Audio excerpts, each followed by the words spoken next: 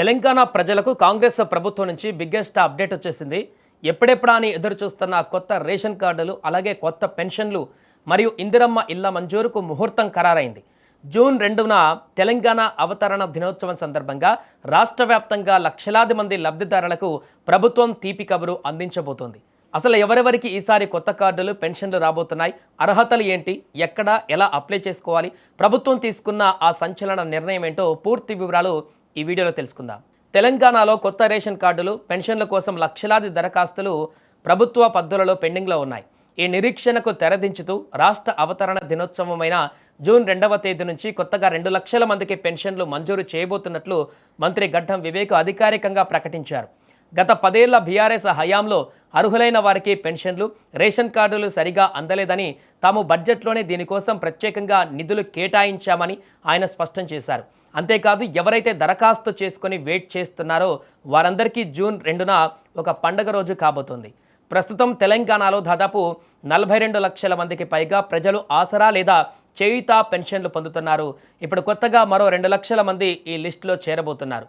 2026-27 ఆర్థిక సంవత్సరానికి గాను ప్రభుత్వం ఈ నిధులను గ్రీన్ సిగ్నల్ ఇచ్చింది. మరి ఎవరెవరికి ఈ పెన్షన్ వర్తిస్తుంది అంటే వృద్ధులు, వితంతువులు మరియు ఒంటరి మహిళలు, చేనేత కార్మికులు, గీత కార్మికులు, అలాగే హెచ్ఐవి బాధితులు మరియు దివ్యాంగులు. సో వీరికి కూడా వచ్చే అవకాశం ఉంది. ప్రస్తుతం రాష్ట్రంలో వృద్ధులు, వితంతువులకు నెలకు 2016 రూపాయలు ఇస్తుండగా దివ్యాంగులకు అత్యధికంగా 4016 రూపాయలు అందిస్తున్నారు.